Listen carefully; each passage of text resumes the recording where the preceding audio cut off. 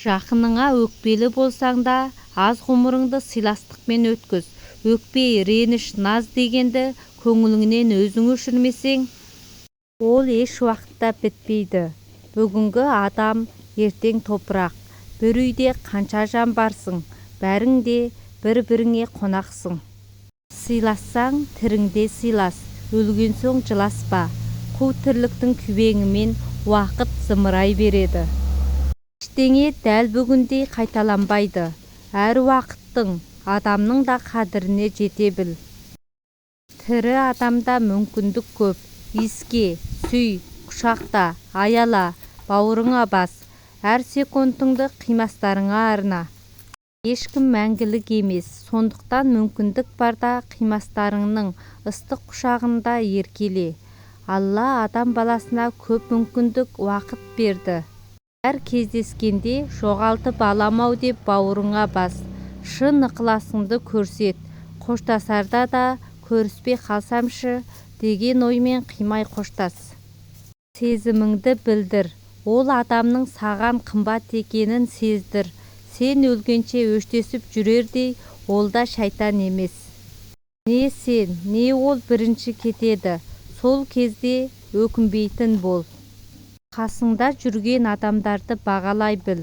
Ол туысқаның, жаныңдағы жарың, досың, сырласың, құрдасың болуы мүмкін.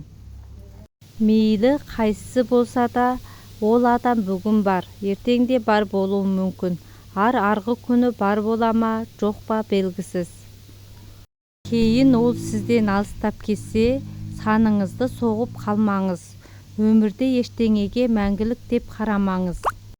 Ақшаға да, ол сізде қазір бар болуы мүмкін. Кейін жоқ болмасына кім кепіл? Менде, мұны оқып отырған сізде мәңгілік емессіз. Туысқаныңды, бауырыңды сағындың ба?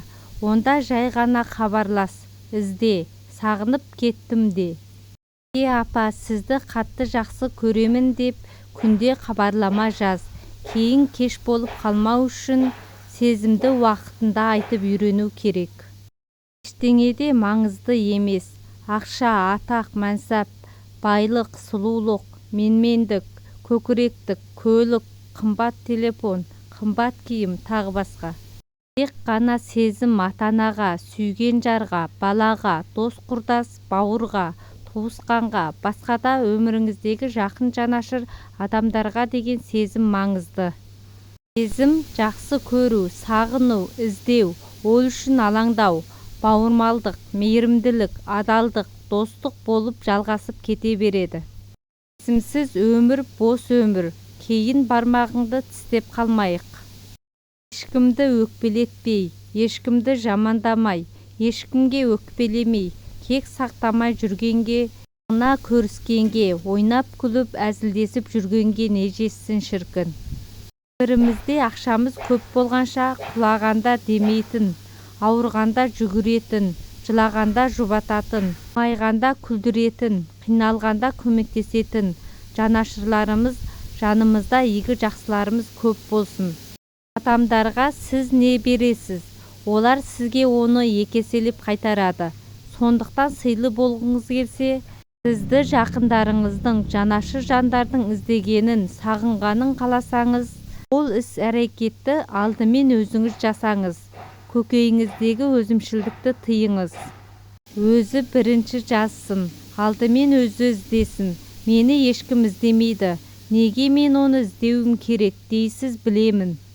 Кішірейгеннің абыройы тасиды дейді. Сол үшін бірінші болып адамдарды қуантуға, жақсылық жасауға, жылы сөз айтуға тырысайық. Бәлкім, сіздің бір ауыз жылы сөзіңіз оның бүкіл өмірін өзгертетін шығар. Ойланып көріңізші. Барды бағалайық.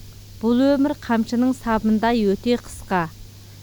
Баталы сөз баталы сөз. Ағайын тату болса ат көп, абысын тату болса ас көп. Бір ауылда 1000 туысың болғанша, әр ауылда туысың болсын. Ал қонысын іздейді, ер туысын іздейді. Бұл дана сөздерді атам қазақ айтып кеткен. Кешегісін ойлап, болашағын болжап отыратын бабаларымыз ұрпағына осындай аталы сөз қалдырған. ағайынның татулығын ұлағат еткен, бауырлардың бір-біріне бауырмал болуын баса айтқан. Туыстық байланыстың маңыздылығы мен парқын жете түсіндірген. Тіпті туғаныңмен сыйласпасаң, кең дүниеге сыймассың деп те ескертеді. Бірақ оны бүгінгі буын елеп ескеріп жатыр ма? Ағайынның азары болса да безері болмайды. Ағайын дегеніміз Тәңірдің бұйрығы. Оны сен таңдай алмайсың, тағдыр жолықтырады. Демек, ағайын сенің сынағың. Жаман болса төзесің, жақсы болса озасың. Сондықтан Алла тағала ағайынға қарайласуды, көмектесуді, оны жақсылыққа шақыруды өз құлдарына текке міндет еткен жоқ. Өмір бізге теңіздей көп мүмкіндіктер береді, ал біз көбінесе жүзуге ерінеміз. Ананың арманы балаларын қанатының астына ұстау емес, олардың өз қанатымен ұшқанын көру.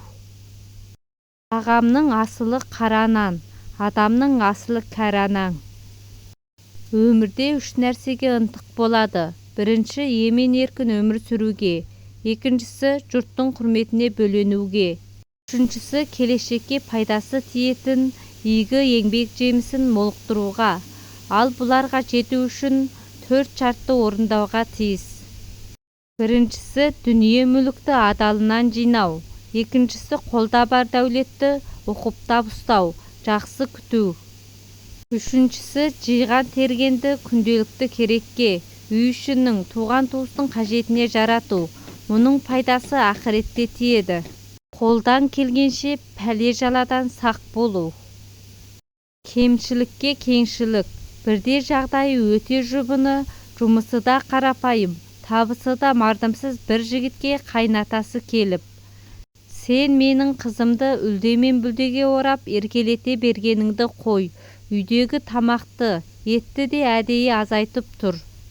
Ішкені алдында, ішпегені артында болған адам нығметтің қадірін түсінбейді дейді қабағын шытып.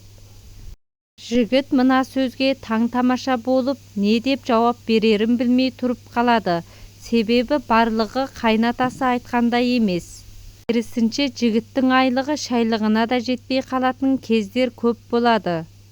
Таңданысын жасыра алмаған ол мән-жайды әйелінен сұрамаққа бекінеді. Сүйсе жұбайы төркініне барған сайын жағдайларының өте жақсы екенін, аста-төк ғұмыр кешіп жатқандарын айтып, ата-анасының алдына тосқан небір жылы жұмсағын жеуден бас тартып тиылып отыратын көрінеді. Әйелі бұл амалға күйеуінің абыройы үшін, әрі тағдырына риза болғандығы себепті ғана барғандығын айтады. Қайын атасының алдында ыңғайсыз жағдайға қалдырғаны үшін күйеуінен кешірім сұрайды. Иә, еркектің қара басын қадірлі етіп төрге сүйрейтінде, я болмаса қор қылып көрге сүйрейтінде әйел ана.